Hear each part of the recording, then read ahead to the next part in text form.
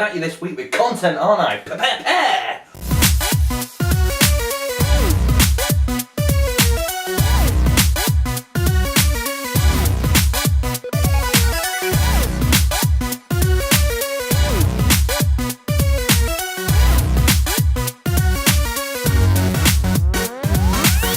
What's up guys, welcome to RC Robotics. My name is Carl, I'm your host. And if you've been on the internet for the last couple of days, then you've definitely seen the brand new Inductrix Switch Air that's come out from Blade. Now, if you haven't seen this thing, where have you been? Hiding under a Dwayne Johnson. Now, a little Inductrix Switch Air from Blade look absolutely fantastic. If you haven't seen the video from Flight Test already, go and check that video out. They did a brilliant little video on showing its flight characteristics. I think I definitely will be getting myself one of them.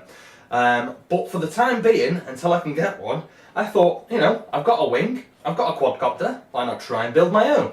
So, I did. This is my little Switch Inductrix Air larger version, if you like. This thing is bags and bags of fun. So we did have some unsuccessful test flights with this thing. Number one, I tried to fly it in, 10-mile-an-hour winds. And at the same time I had 10-mile-an-hour winds. If you see this little cutout here, that's where I originally had the quadcopter stuck. And that means the centre of gravity was completely off.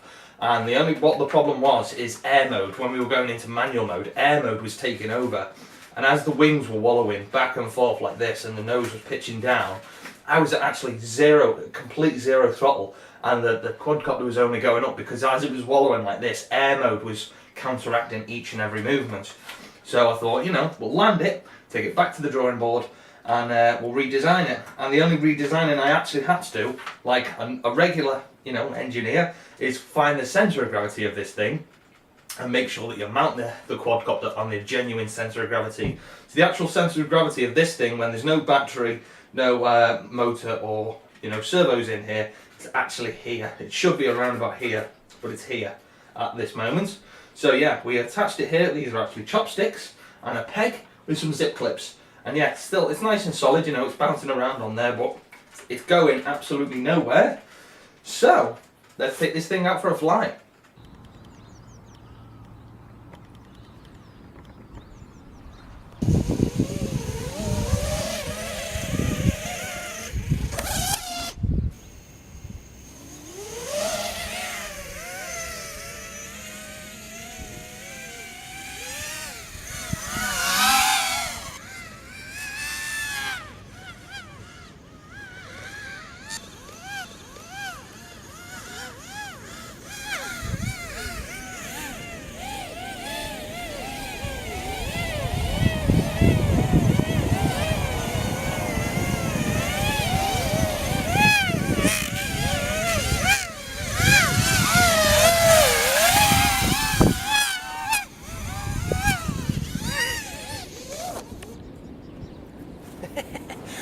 Well, it needs some work, but it works.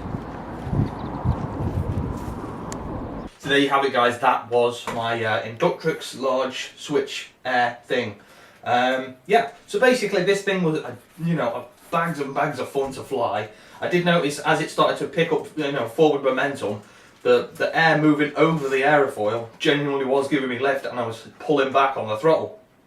Again, we have this problem with air mode, so I was switching between, where you see it wallowing, that's me switching between manual mode and air mode and horizon. The best mode I could find for it was horizon mode, where I think in manual it's trying, air mode thinks you're about to go and start do acro, so as you're doing this, air mode's trying to take over so you've still got full control, but at the same time as that, it's giving it, way too much power.